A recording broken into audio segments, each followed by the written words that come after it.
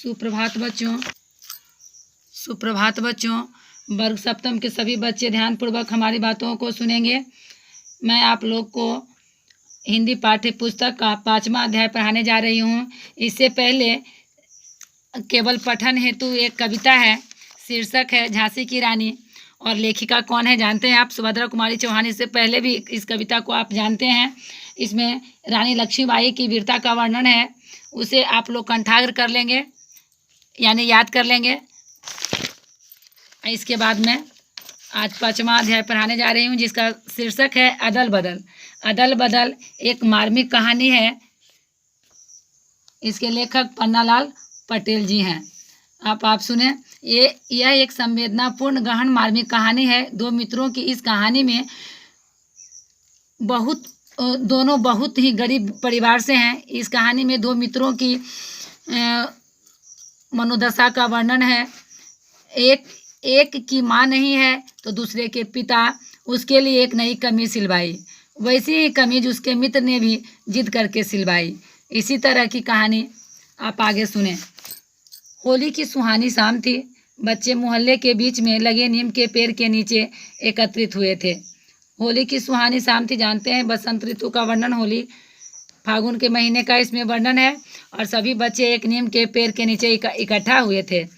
वे एक दूसरे पर धूल उड़ा रहे थे और खेल रहे थे। इतने में अमृत और ईसब भी वहाँ आ पहुँचे। अमृत और ईसब ये दोनों एक बहुत अच्छे दोनों दोस्त हैं। दोनों का नाम है, वे एक दूसरे के कंधे पर हाथ रखे थे। यहाँ आप देख रहे हैं तस्वीर में, यही अमृत और ईसब है। एक दूसरे के कंधे पर हाथ रखे हुए थे।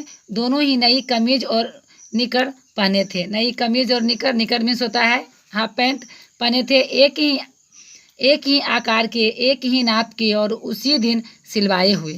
वे एक ही स्कूल में जाते और एक ही कक्षा में पढ़ते थे। दोनों के घर भी आमने सामने थे। अमृत और ईसब के माँ बाप का व्यवसाय भी एक ही था, यानी दोनों एक जैसे थे। उनका सब कुछ मिलता था। दोनों का व्यवसाय भी एक ही था, खेती। इन दोनों के पिता का व्यवसाय क्या था? मुख्य व्यवसाय खेती था। खेती करते थे, किसान थे। रहन सहन की स्थिति भी समान थी। साहूकार 5 बार मांगने पर 1 बार कर्जा देता था। संक्षेप में इन दोनों दोस्तों के बीच यदि कोई अंतर था तो वह इतना ही कि अमृत की माँ थी, पिता थे और 3 भाई भी थे। लेकिन ईसब की माँ नहीं थी, भाई नहीं थे, केवल पिता थे। मतलब अमृत की माँ थी, पिता थे और 3 भाई और थे। लेकिन ईसब दोनों में इतना ही फर्क था कि ईसब की माँ नहीं थी, भाई नहीं थे, केवल पिता थे। यानी ईसब अकेला भाई था और पिता के साथ रहता था। इन दोनों दोस्तों को एक ही प्रकार के कपड़ों में देखकर चबूतरे पर बैठे हुए 2-3 लड़के बोल उठे, अरे ओ अमृत, ईसब, कहीं अदल बदल ना हो जाना। यानी जो चबूतरे पे लड़के बैठे हुए थे सभी दोनों का मजाक उड़ा रहे हैं, कह रहे हैं कहीं अदल बदल ना हो जाना। दूसरे लड़के को शरारत सूझी, भाई लड़कर तो दिखाओ, उसमें भी दोनों बराबर हो या कम और ज़्यादा। बच्चे शरारते होते ही हैं।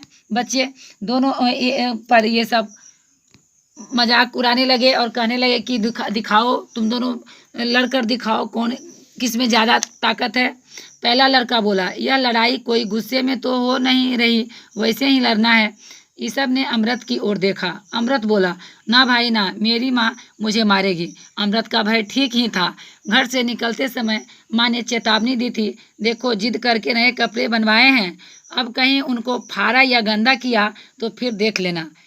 यानी अमृत जिद करके ईसब उसी प्रकार का कपड़ा जब देखा तो अमृत जिद करके अपने दोस्त के जैसा वो कपड़ा अपने माँ से जिद करके बनवा लिया। और घर से जब वो खेलने के लिए निकला तो उसकी माँ चेतावनी दे दी थी कि देखो तुम जिद करके बनवा तो लिया, लेकिन कहीं इसे गंदा किया या फाड़ा तो देख लेना, यानी मैं पीटूंगी। आज के वीडियो में इतना ही। फिर आगे आप पढ़ लेंगे, आपके पास किताब है तो आप पूरी कहानी पढ़ लेंगे पहले तो और फ़ायदा करेगा। प्रश्नोत्तर करने में हल